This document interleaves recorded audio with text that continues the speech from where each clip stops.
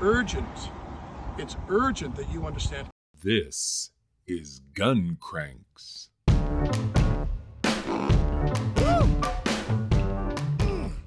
Hear ye, hear ye, hear ye. I call this meeting of the Gun Cranks in session. I am Guns Magazine editor Brent Wheat, along with American Handgunner editor not. Tom McHale. Right. Tom McHale is not. And FMG Special Products Assignment Editor, or whatever he's called, Roy Huntington. Gentlemen, thanks for reconvening our little squad. Today we're going to talk about the Hollywood Hypocrites and that unfortunate tragedy at the Rust film set. We're going to talk about long-range shooting and how Roy's had to defend himself at 7,000 yards with a pistol. And then we're going to talk about AR pistols. And Tom's got some really freaky ideas about levers and ARs and crazy stuff. So, gentlemen, the whole thing's in session. Let's get rolling.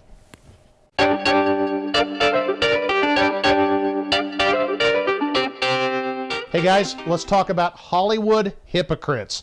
You know, I love actors that they use their time and efforts and fame to give to anti-gun causes, but then they go to work and they point guns at people and they shoot them up and they basically glorify gun violence, but then they say, but no, we don't like that. And it came back to bite somebody here recently, somebody that is a very prominent anti-gunner, and that would be Alec Baldwin. I'm really sad that somebody died, but you know what? Roy, you made the point that if anybody that knew anything about firearms was there, that probably wouldn't have happened.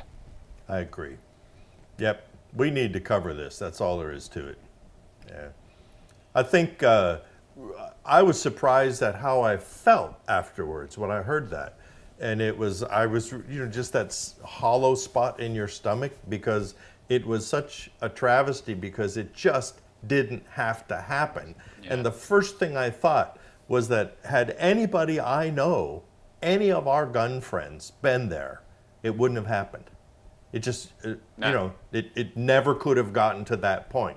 They would have been safe before they handed the gun. They would have checked it.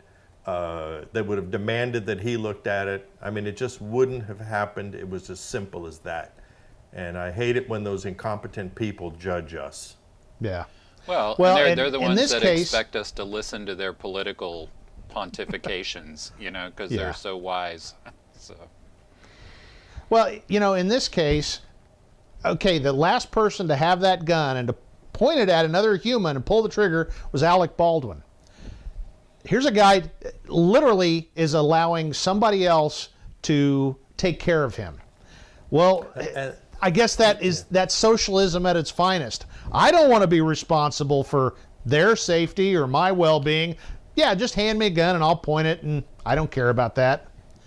Well, doesn't make any sense. The arrogance, and the ego and everything. Oh, let's change it. Let's hand him a knife. Okay? All right, we'll hand him a knife, and now he's supposed to stab somebody. Well, then is he not responsible to look down and say, you know what, I think this is a real knife. Yeah. Shouldn't I have a rubber knife? I mean, and if someone says, oh, no, it's okay, go ahead. Then what, they'll do it then? Well, they said I was supposed to do it, I mean, it's unbelievable. If they handed him a chainsaw and it was running and they said, okay, now go and cut that person. I mean, is he not responsible to go, well, wait a minute now. This may go bad. Show me that this is safe to do before I do it. Yeah. You know what, this is an excellent point, because for anybody listening and watching that may not be a gun geek or in the learning stages, I'd like to share a quick example of how it really works in a responsible community. I got back from a training event recently when we were using knives and simunition guns.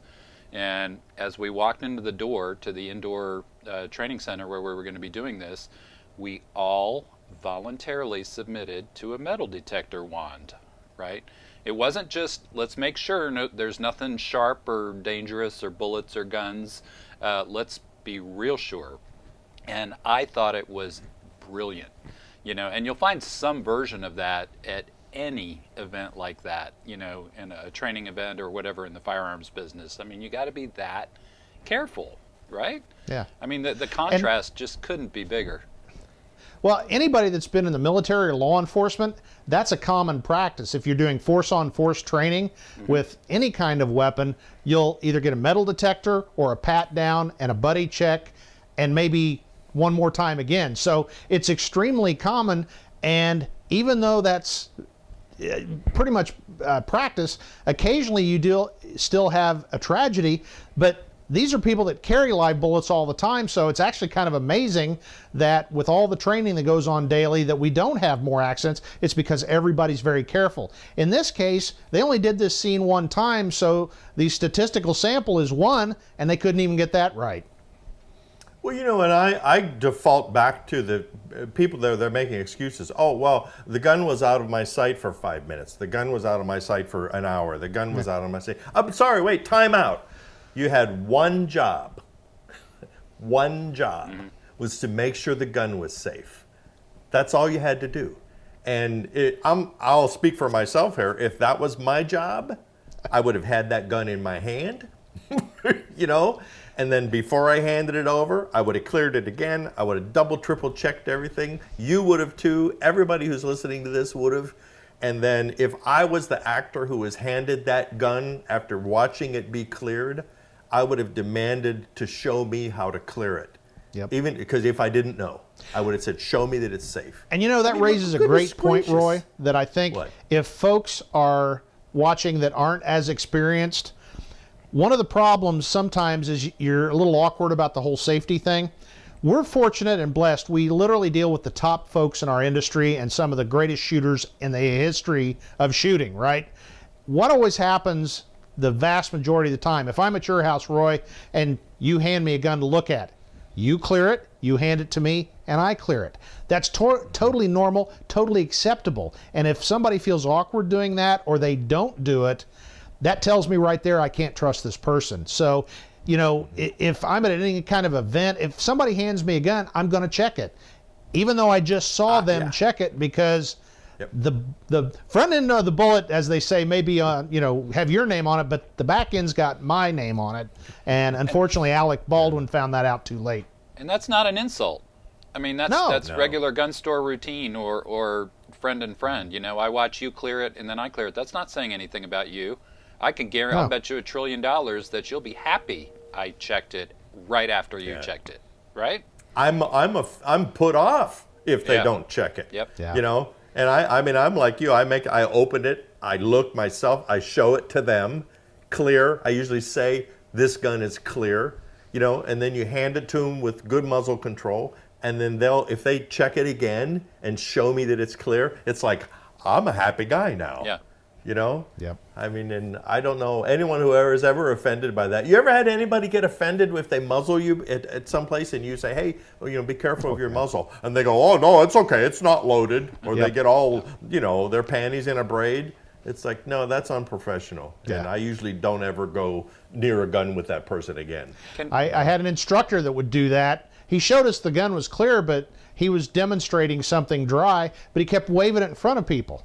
And I said something later. I said, that's kind of a, you know, I didn't feel good about that. I made it about me. And he's like, well, I showed you it was clear. Nobody else had a problem with it. And I thought, you're not a good instructor. And I left.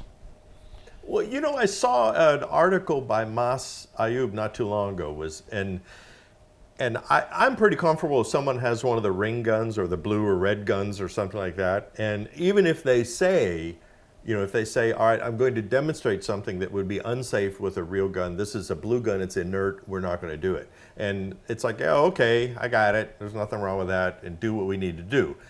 But Mas demonstrates with his fingers. And I don't see anything wrong with that. There's really very little that you couldn't accomplish with demonstrating with your fingers.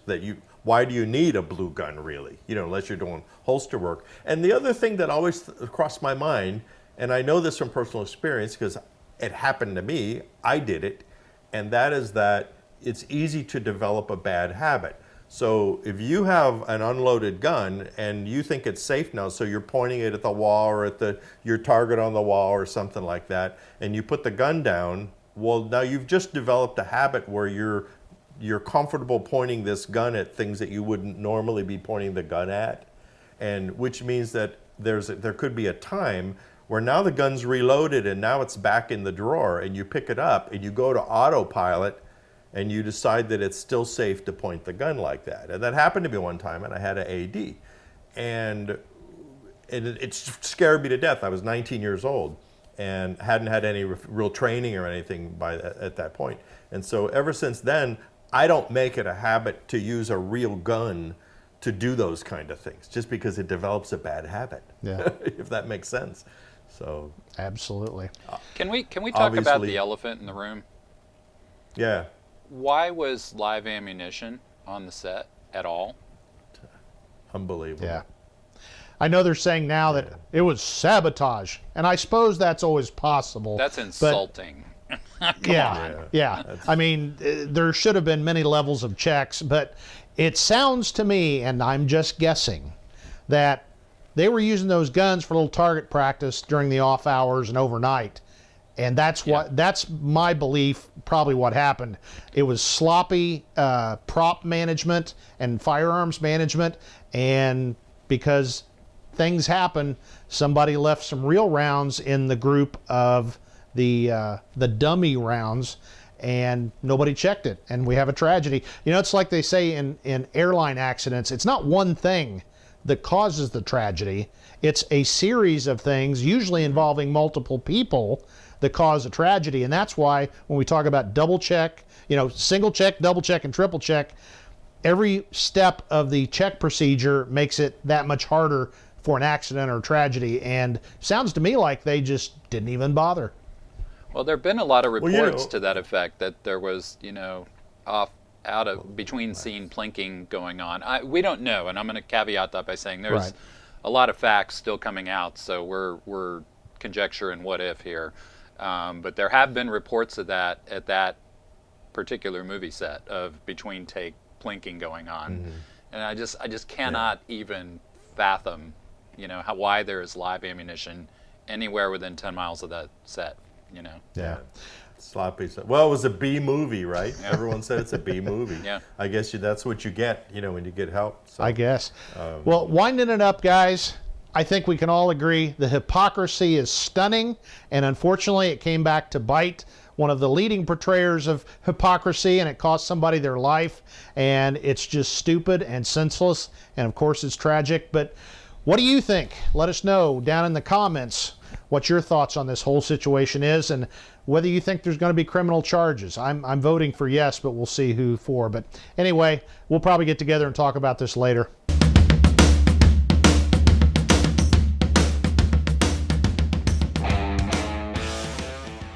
I recently did a video on Springfield Armory's SA-35, their newly introduced high power, which, by the way, is a really cool gun. So if you haven't seen the video, hunt it down on FMG Publications.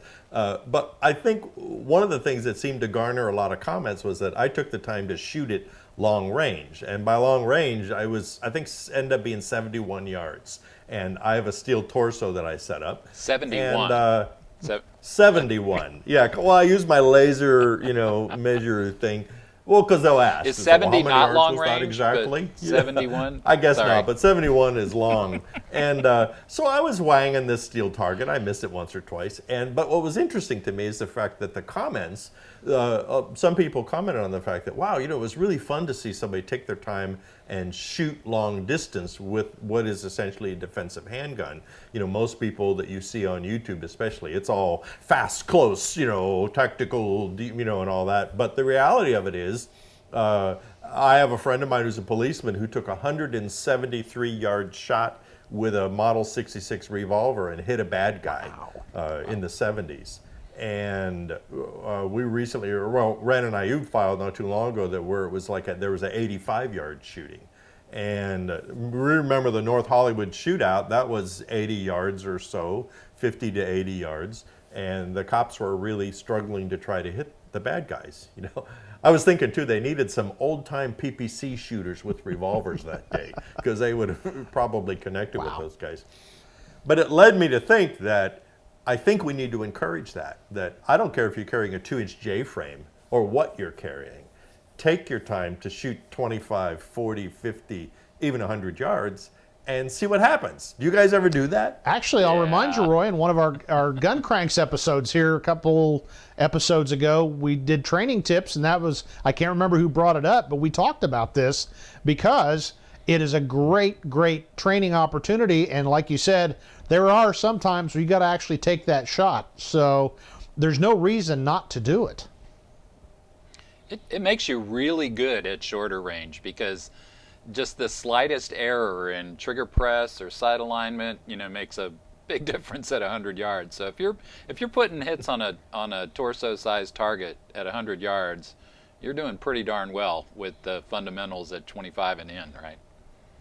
I think you're right, because if you're shooting at 7 yards and then you bring it out to 15 or 20 yards, you do sort of go, whoa, that's far, right? Yeah. But if you start at 25 yards and then move the target into 7, you go, well, this is easy. It's like anybody, I could do this, right? And I think I remember, Brent, because I think I equated it to where you wear ankle weights. Remember in high school when you were doing on track? And you wear ankle weights and you think, these are so heavy, I can hardly run, my legs are heavy. And then you take them off and you feel like, you could leap faster and jump higher and all that other stuff. And I think, Tom, you're right. The 100-yard shooting, not only is it satisfying, because to take a bead with an accurate 1911 or even your 2-inch J-frame at a steel target at 100 yards and hear the, bang, a little bit of a lag, and then tink, and you kind of like go, did you just see what I did?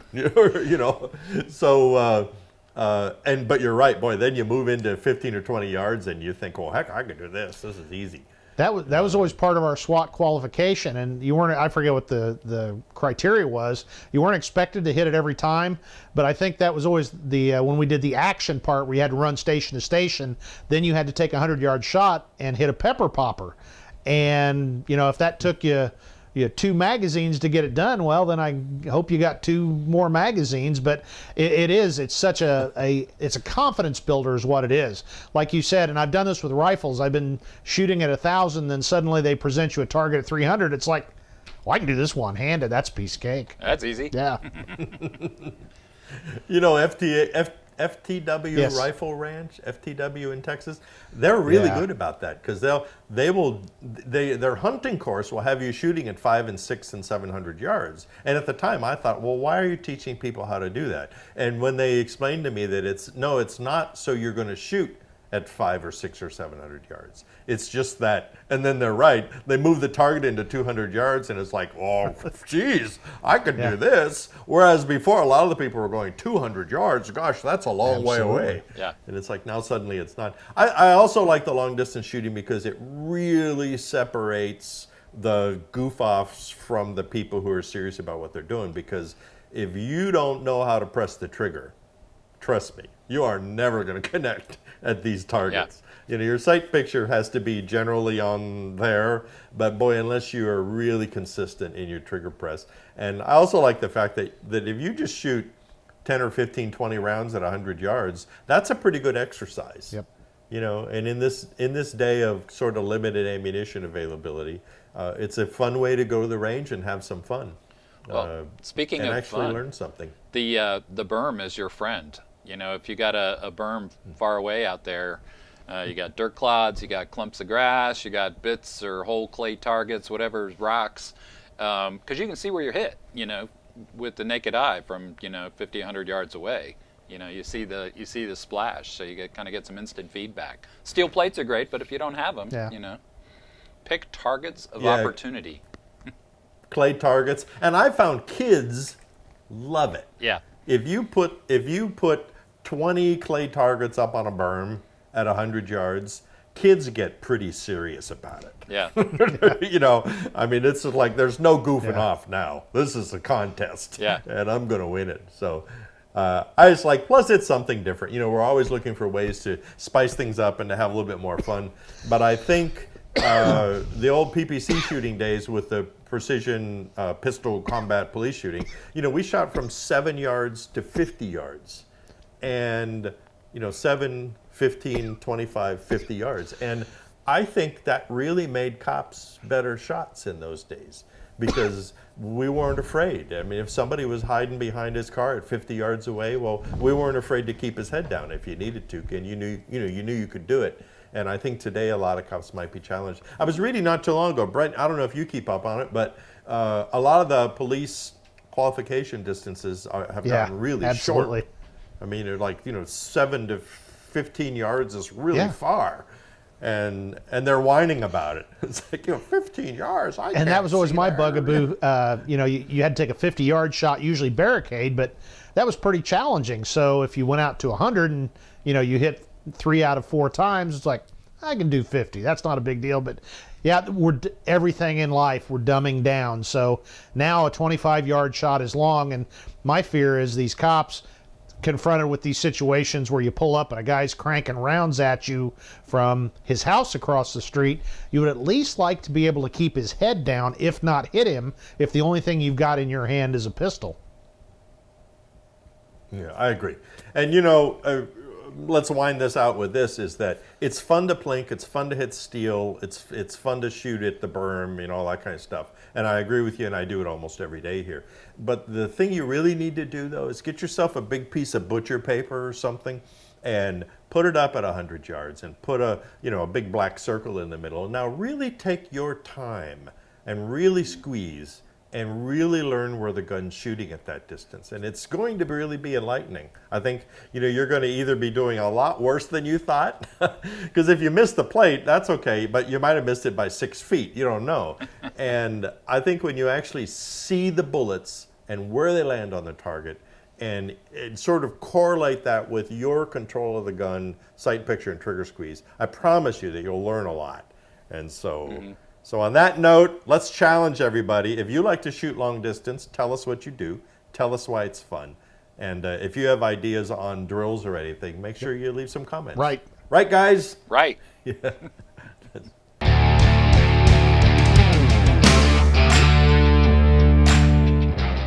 So, guys, how have I gotten the reputation of being the new guy who likes all the new cool stuff? Because you're the you're new 12. guy that likes all the cool Okay. stuff. I mean, it's evident. Okay, the funny thing about that is you both are kind of like old farts about things, even though Brent and I are probably we're the same We're age, 2 years right? difference. Or pretty Yeah. darn close. Are we? Okay, close enough for government work. So I want to talk about AR pistols, and I'm glad we're remote because there could be some fighting here. I like them. I do.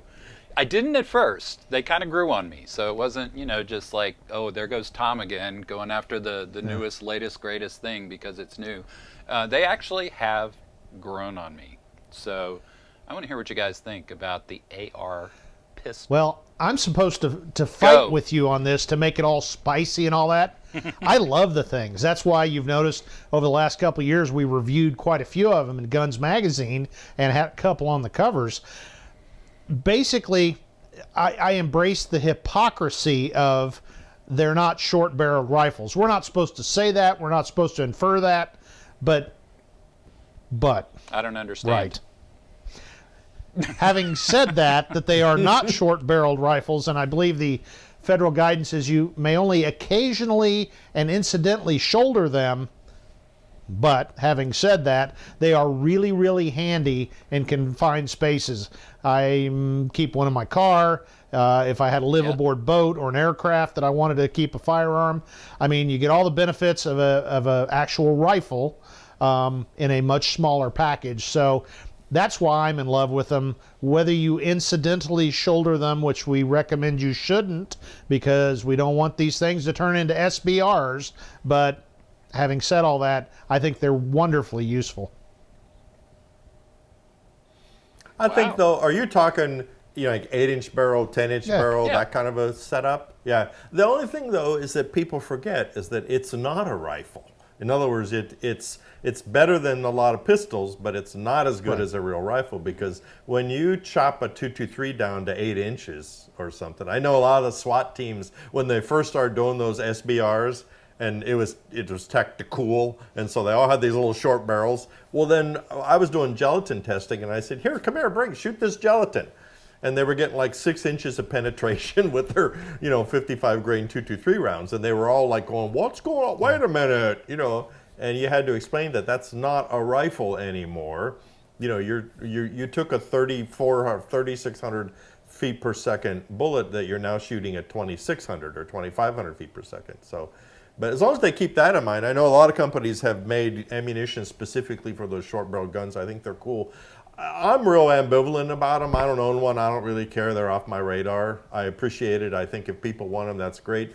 Until a young fellow I know here who's a burgeoning gunsmith showed up and said, could he please use my milling machine to cut the slot in an AR receiver? And I said, sure. And so I set him up and he made this slot. And then I went back inside the house and did something. I came back out and he's holding an AR pistol. And only with just a little, it didn't have the recoil buffer assembly, right? So it was flat. And I said, well, how is that going to work? And he made a bolt action. And so on the off side, I guess it's something you do. People do this. Why not? Right. And so on your off side, it just goes clunk, clunk. And so it's a bolt action. So he made a 7.62 by 39 bolt action AR platform. And then he got out of control and he showed up later and he had one in 300 blackout that he had a suppressor on. And I said, well, that's interesting. We took it outside and we shot a little bit and it just goes poof, right? And I said, well, what are you going to do with this? And he said, it's my wife's deer gun. And they go handgun hunting and they do a blind. So their shots are like, 30 yards here in Missouri, hardly anything. But his wife just loves it, doesn't kick. It's quiet. It's easy to run. It doesn't do all kinds of, semi-automatic throw brass everywhere. And so that's when I just thought, well, this just suddenly makes me have to rethink about all this. So well, there's not much more fun than a 300 blackout AR pistol, especially with subsonic ammo and a suppressor. When the thud of the round hitting the berm is louder than the shot, that's some fun. Actually, right there. Tom, I'll go the other direction. You're right. Full house loads, because in a lot of cases the powder's still burning when it exits the muzzle, and you get Hollywood, baby. It is Hollywood. So you set the berm on fire then, right? Hey, there is. Well, go ahead. No, well, I was going to say there is something kind of people don't really think about with AR pistols. In many states, or even most states, you can have in some form or fashion a loaded handgun in a vehicle. You can almost always not have a loaded rifle in a vehicle. So an AR pistol, Brent, you touched on this earlier, is a very interesting car option. Now, granted, you got to be cognizant of what state you're in. With an AR pistol, is Officer Friendly going to understand those nuances in the law or not? But something to consider. Well, what if you don't want to do that? Like, what if you don't want to sort of poke the tiger, kind of? I mean, what are your options? I used to have a folding stock Mini 14. And so, obviously with the stock folded, it was more than 26 inches, but not a lot more than 26 inches long. And I have to say, it was pretty compact and handy. And, you keep it like in your camping site and whatnot. It was handy. And then you could just flick the stock out if you needed a full-size rifle. So how would one of these pistols then be kind of different from that? I know a lot of people like the AKs with folding stocks. Tom, Can I answer that question, teacher? Yes. Here's how it's different. You can suppress it with no overall length penalty. So in round numbers, you can have an AR pistol with a suppressor that is the same or less overall length than a standard AR rifle without a suppressor. Yeah. That's a very good point. Yep, you're exactly right. Well, I remember Clint did a demonstration one time, and they had a standard 16-inch barrel AR-15 pencil barrel, little skinny one, and so he shouldered it, and then he had somebody in the class stand up next to him and hold a handgun out at like in an isosceles stance, and the muzzles were almost identical next to each other. Yeah. And I had never really thought of that before, because we were talking about interior house clearing houses, and people were saying, well, rifles are too long and they'll get you, you know, and he showed us that and we went, or not, you know. Yeah, now what? Yeah, we need to think about this. So I could see then with a SBR, it's even circling tighter. back though, I always have to throw this in when we start talking about car guns. Again, I think these are a great application for a car gun, but you know what I carry a lot of places, and it's simply because of that whole officer-friendly problem, is my good old lever-action Winchester. You know, I mean, it's a carbine. Sure. It, you know, is the original quote-unquote assault rifle. But the funny thing is, nobody's panties get in a wad when they see it. Oh, that's just a deer rifle. Well, if you have any skill level whatsoever, you can really acquit yourself well with a lever action, whatever the caliber is. But again, nobody gets their panties in a bunch. So I do carry that quite a bit. Yeah, but yours has a suppressor, right? And a TV It's set on belt top. fed, but you know. Yeah, probably. Belt fed lever action. I like that. But answer me this. So if Henry came out with a made from the factory short barrel lever action gun, in other words, just like the AR platforms, right? Same principle.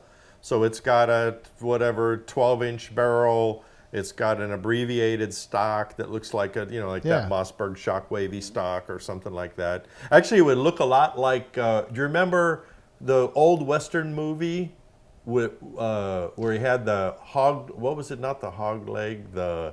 I know it was what the you're lever talking action about. that was On the cut wrist of down. the stock. Yeah. What was his name? Johnny Ringo, or it was the real hero guy, you know, that who everyone loves so much, Mr. Cool. Bullet. What's his name? You know who I mean. Everybody's screaming his name Steve at McQueen? the screen right now. Steve McQueen. Yeah, everyone's screaming exactly. You idiots! You can't remember anything. You know. We're gonna hear about that in the comments. So you would a mare's leg. yeah. That's what they called it. Yeah. I know people make them. Yeah, people make them. They're a mare's leg. So I guess that's essentially the same thing, right? And you know what, Brent? Nobody got the least bit upset when they made the mare's leg, because they do. They call it a pistol, and but it's not. I hadn't It's a thought short about barrel that, rifle. because John Only Taffin it's- has written about him quite a bit in guns, and it is. It's same. So if we take a modern AR pistol and put a wooden mare's leg stock on it, then everyone will stop freaking out, right? Yeah. And a lever. Oh my you have to gosh. put a lever on. Business underneath opportunity it. right there. Yeah, you make and the an trigger external guard hammer. just have a lever. It's non-functional, but who cares? It's all about cosmetics, Like right? my friend that made the we bolt like action that. one. It's all All about right, cosmetics. I'm throwing this. Wait, this is a challenge. I'm challenging you. If you're listening and you're an AR guy, I want you to build us a lever action AR. Because if they have a bolt action one, there's got to be a way to do that. And if you do it, Brent will put it on the cover of Guns Magazine. All right. Won't you, Brent? So on that note, we're going to wrap it up and leave that as a call to action, right? In the comments, we want to hear AR pistol design ideas for the modern era that won't freak out Yeah. the panty waist. And hopefully it's a lever action. Good. There you go. Lever action. Done. All right, guys. Thanks. Appreciate your input.